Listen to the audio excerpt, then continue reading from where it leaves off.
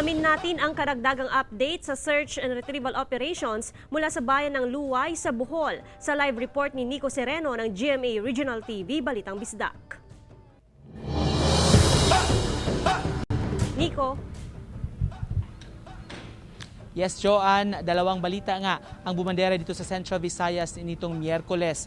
Kung sa Cebu pinasinayaan ang bagong tulay ng CCLEX dito naman sa Bohol.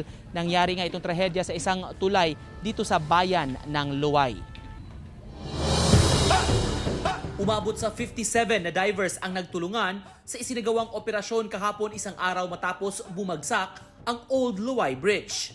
Nagmula sila sa iba't ibang organisasyon na sumisid sa pinakailalim na bahagi ng ilog kung saan nahulog ang mga sasakyan mula sa bumagsak na tulay. Ayon kay Luway Mayor Lahar Ayuban, matapos ang 4 na beses na pagdive, aktwal na nakita ng mga diver ang 15 sasakyan sa ilalim ng ilog. Kaya nilagyan ng markers ang mga nasabing sasakyan upang may palatandaan ng lokasyon ng mga ito para sa susunod na isasagawang salvaging operations. Sa kabutihang palad ay wala namang natagpuang bangkay sa mga nasabing sasakyan. Na ay tulong kagahapon nga nakaluwas nga naglangoy ra niya wala dayon na recorded. So later on na after nag-trace ta sa mga kauban sa mga nakasurvive na determine nga napay tulo, na-locate na ang tulo. Sa 4 na nasawi sa insidente, nananatili pa sa punerarya sa Tagbilaran City ang bangkay ng Austrian national na si Michael Ocean, 30 anyos.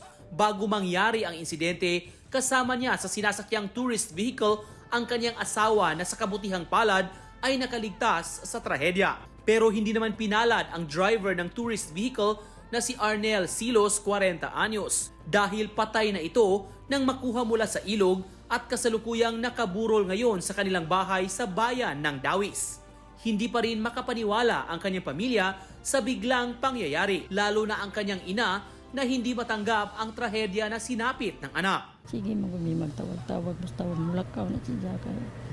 Kanunay, kung ka-monitor lagi ni siya nga, kanang ini, ingon muli, ug asa, gapon, sa mag-contact, di na siya mag-contact. Kahapon, sinimula na ng mga kawani ng Social Welfare Office ang pamimigay ng tig 10,000 pesos na financial assistance sa mga nakaligtas sa insidente. May tulong rin na ibibigay ang Luway LGU para sa pamilya ng mga namatay.